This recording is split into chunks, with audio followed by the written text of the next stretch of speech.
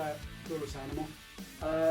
Cruelest Animal was pretty much, I think it was the first or the second song we wrote after Dark Maneuvers. I think it was the second actually. I think I wrote a song called Secretly first, which I've never used.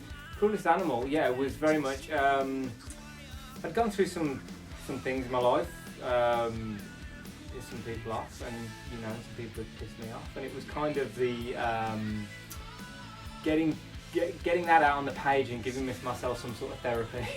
Right. So the Cruelest Animal is yeah, you know, it was human kind. Yeah, it was definitely a person. It was definitely, you know, like if you could personify it, was like, you know, this, you know, somebody who'd wronged you, who wasn't, you know, who you were looking at as to say they're not a human being.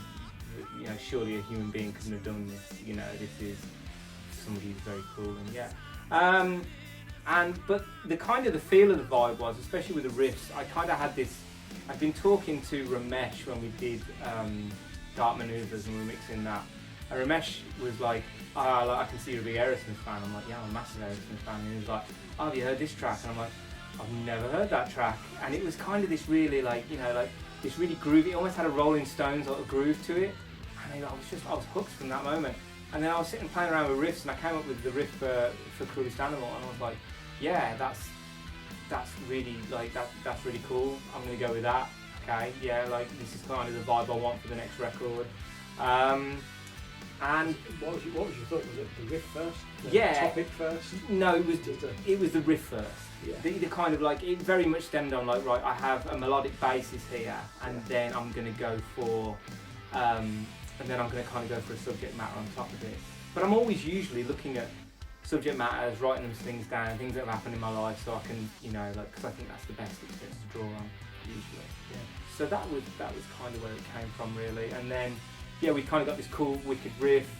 The chorus kind of opens out, and then there's this massive melodic sort of guitar solo in midsection that kind of moves around a bit, which I wanted.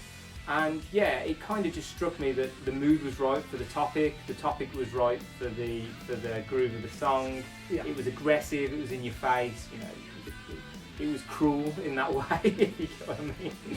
So yeah, it all kind of came together like that, really. And then all of a sudden I was sat there going, right, okay, yeah, I really like the chorus here, and you know, it's very much a, you know, somebody who's wronged you in love, there's a bit of vengeance built in there. So yeah, it sort of moved along that way. And then as I started to write the verses and the choruses, they just kind of more evolved into, this is something that's happened to me, you know, and became very personal. Is there a constant writing process? In the formula, do you come up with guitar riffs first? Do you hum a melody for the chorus in your head? Or? There can be.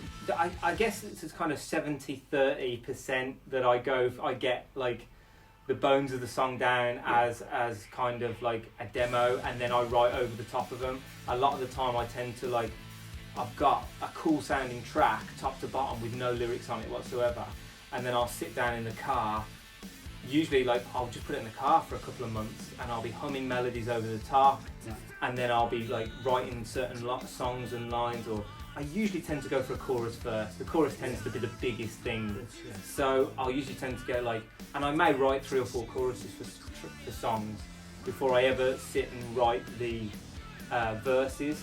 So with Cruelest Animal, I'd written the chorus, and then it was like, right, yeah, this is a song about this, you know, right, okay, so let's write the verses to make that work, you know, let's write the verses to tell a story. You know, verse 1 has to be why is this happening? Verse 2 has to be, right, you know, what's happening, where's the continuation? And really then the end of the song has to kind of try and round it up in a certain way. It's a linear yeah, I try and be as linear as I can with it, because I try and work as if every song is a story. But that's not always the way. Sometimes I come up with a riff, you know, in my head.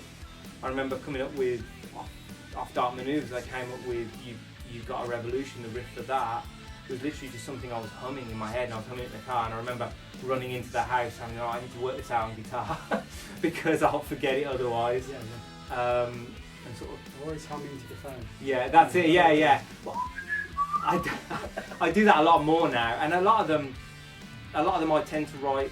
Sometimes I write on piano, sometimes I write on guitar. So there are times when I sit down at a piano and something comes to light, and I go, right, okay, that's great.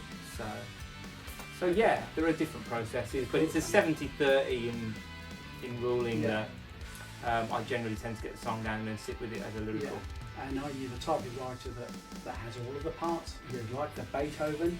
Well, perhaps, okay, that's an unfair comparison perhaps.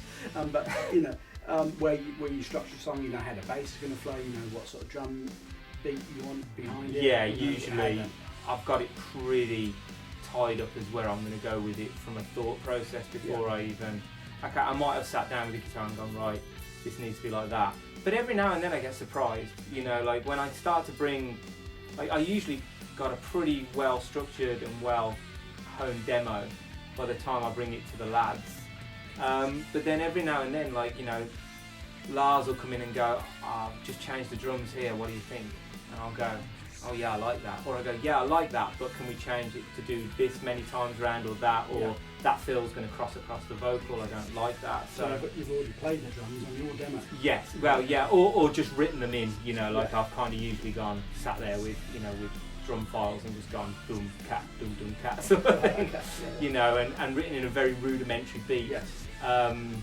Because I always like to get the vocals in first before we kind of throw a load of drum beats down on stuff. If we throw a load of drum beats in and fills and stuff like that, then you can end up doing the work and then having to redo the work, if you get what I mean, because you end up having to take things out because you go, oh okay, well I didn't know that vocal was going to be there, so I put a fill in there and now the vocal's there. So I tend to get the vocals in first, so we know what the song essentially sounds like from a core basis, and then we can add little fills and inflections and things around them, little guitar solos and little, you know, like kind of the flowering on the cake sort of thing.